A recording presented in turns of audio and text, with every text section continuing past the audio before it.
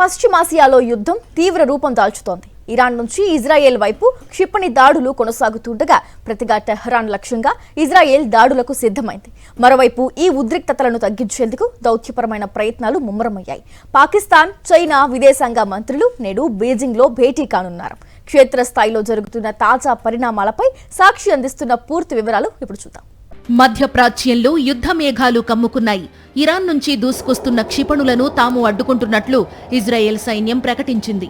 అంతేకాదు, ఇరాన్ రాజధాని టెహ్రాన్లోని వార్దావార్డ్ ప్రాంతంలోని ప్రజలు ఇళ్లల్లోనే ఉండాలని హెచ్చరిస్తూ అక్కడ మిలిటరీ స్థావరాలపై దాడులు చేయబోతున్నట్లు స్పష్టం చేసింది. ఇప్పటికే టెహ్రాన్ పరిసరాల్లో భారీ పేలుళ్లు వినిపిస్తున్నట్లు సమాచారం అందుతోంది. యుద్ధం కేవలం ఇజ్రాయెల్, ఇరాన్లకే పరిమితం కాకుండా గల్ఫ్ దేశాలకు పాకుతోంది.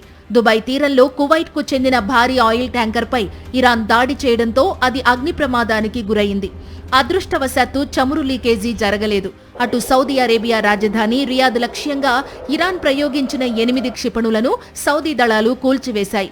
బహ్రెయిన్, కువైట్, యుఏఈ దేశాలు కూడా డ్రోన్ మరియు క్షిపణి దాడులతో అప్రమత్తమయ్యాయి. ఈ విపత్కర పరిస్థితుల్లో శాంతి స్థాపన కోసం పాకిస్తాన్, చైనాలు రంగంలోకి దిగాయి. పాక్ విదేశాంగ మంత్రి ఇషాక్ దార్, చైనా విదేశాంగ మంత్రి వాంగ్ యీ నేడు బీజింగ్లో సమావేశమై శాంతి చర్చల కోసం ప్రణాళికలు రూపొందించనున్నారు. ఇప్పటికే పాకిస్తాన్, సౌదీ, టర్కీ, ఈజిప్ట్ దేశాలతో చర్చలు జరిపినప్పటికీ యుద్ధం చేస్తున్న ప్రధాన దేశాలు అందులో పాల్గొనకపోవడం గమనించాల్సిన విషయం.